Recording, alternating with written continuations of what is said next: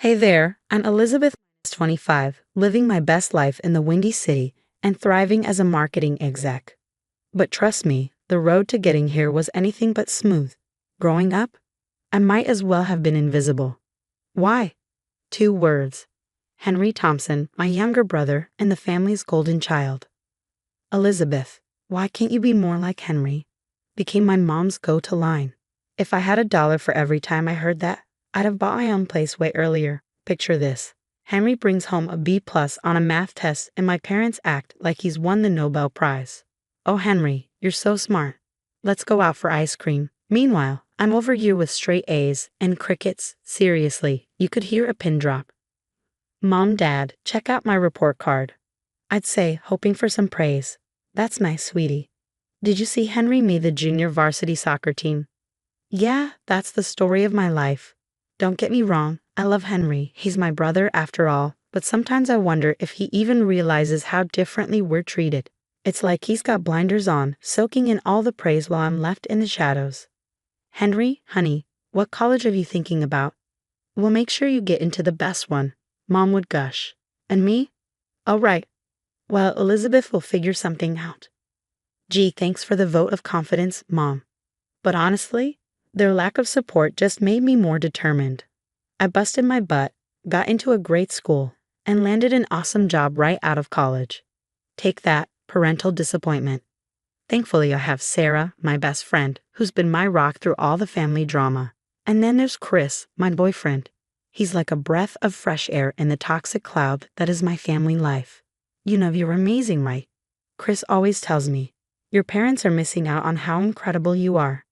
And he's right. So here I am living my best life in Chicago, crushing it at work, surrounded by people who actually appreciate me. And just when I think I've got it all figured out, bam, an email lands in my inbox. You are cordially invited to celebrate Henry Thompson's 23rd birthday. Oh joy. Another chance to watch my parents fawn over Henry while I blend into the wallpaper. But you know what? I'm going. Why? Maybe I'm a glutton for punishment, or maybe, just maybe, I'm hoping this time will be different. I pull up to my parents' suburban mansion, feeling like I'm walking into the lion's den. The driveway is packed and I can hear the party from inside. Great. Just great. As I step in, my jaw drops. It's like I've walked into a celebrity gala, not my brother's birthday. Ice sculptures, a freaking chocolate fountain, and is that a live band? You've got to be kidding me. Elizabeth, you made it. Henry's voice booms across the room. He's grinning from ear to ear, looking sharp in a suit that probably costs more than my monthly rent. Wouldn't miss it, I lie, scanning the room until I spot a girl who looks as out of place as I feel. That must be Emma, Henry's new girlfriend. She's fidgeting with her dress, looking nervously around. Hi, I'm Elizabeth, Henry's sister. I introduce myself. Oh, Emma, nice to meet you, she says, visibly relieved. This is quite a party, huh? Yeah, quite is one word for it, I mutter, grabbing a drink. That's when I overhear my parents whispering in a corner. John, we can't keep this up.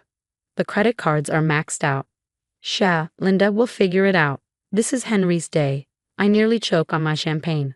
Financial trouble, and yet here we are, at this over-the-top party. Suddenly, I'm yanked back to my own 25th birthday a month ago.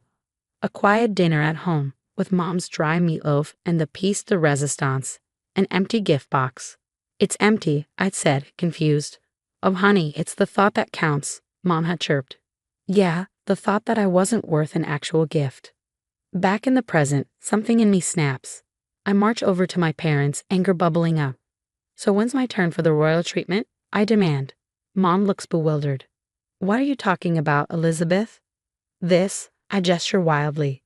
The party, the gifts, the attention. When do I get to be more than an afterthought? Dad steps in, frowning. Now, Elizabeth, don't make a scene. This is Henry's day. It's always Henry's day. I'm practically shouting now. What about my empty gift box last month? What about all the years you've ignored my achievements? Henry appears, looking concerned. Mel, come on, you're overreacting. Mom and Dad have always treated us the same.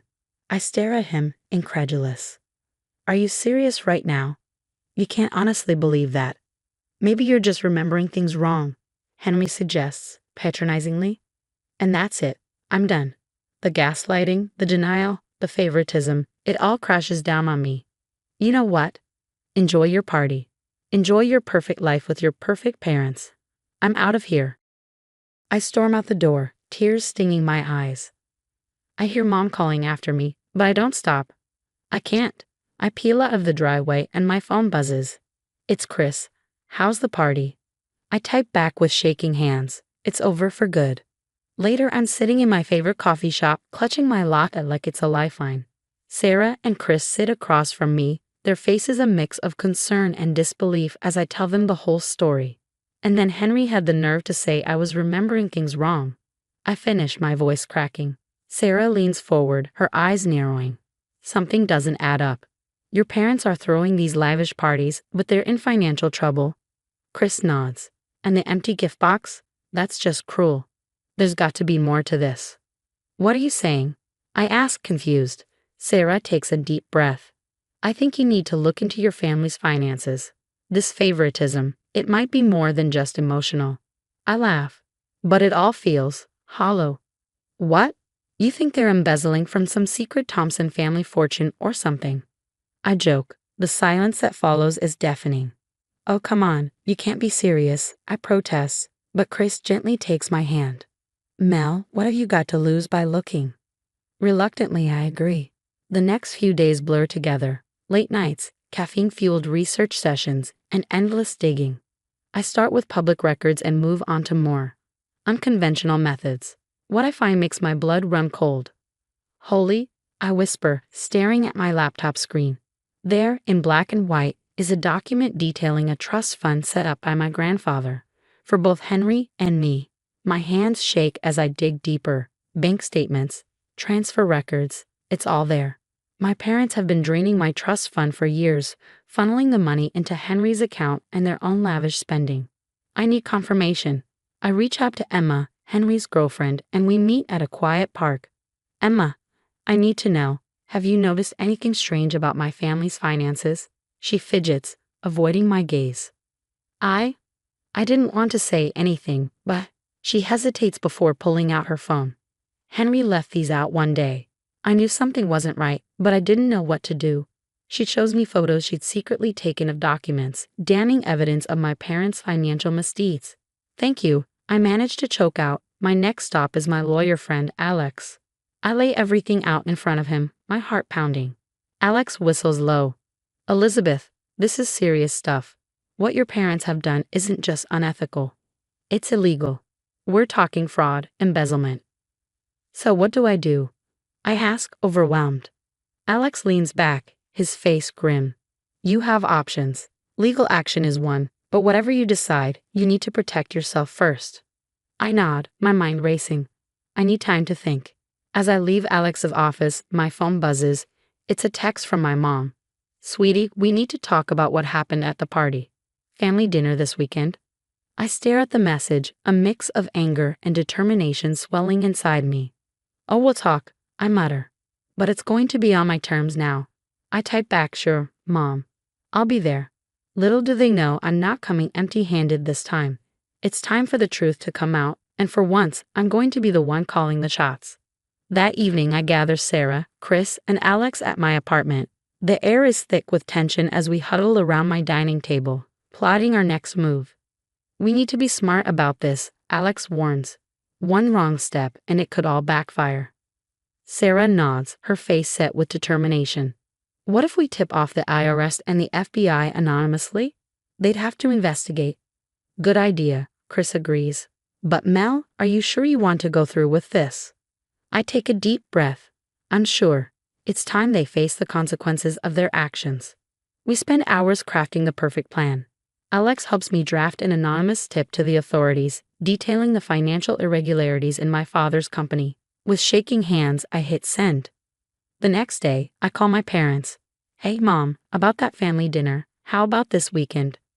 Saturday arrives, and I'm a bundle of nerves as I pull up to my childhood home. Inside, my parents and Henry are all smiles, their warmth painfully false. Elizabeth, honey, we're so glad you came, Mom gushes. I force a smile. Of course. We have a lot to talk about.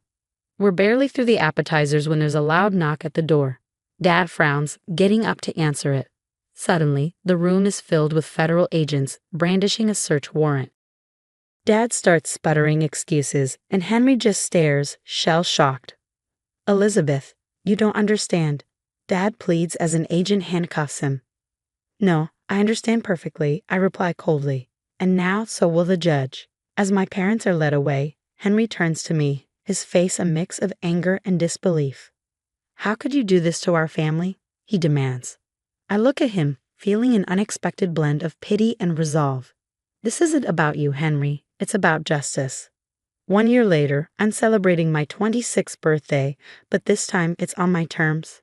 I'm surrounded by real friends in the office of my new marketing firm, the one I started with Sarah. To new beginnings, Chris toasts, raising his glass.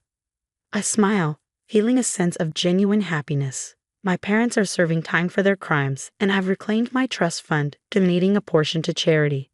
As we cut the cake, my phone buzzes. It's a text from Henry. Mel, can we talk?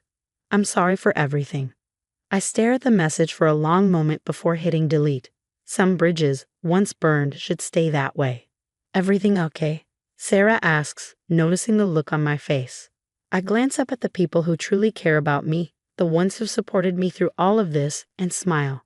Everything's perfect, I reply, and for the first time in a long time, I really mean it.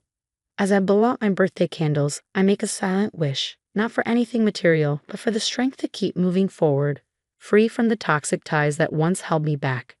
This birthday isn't just another year older. It's the start of a new chapter, one where I'm finally in control of my own life.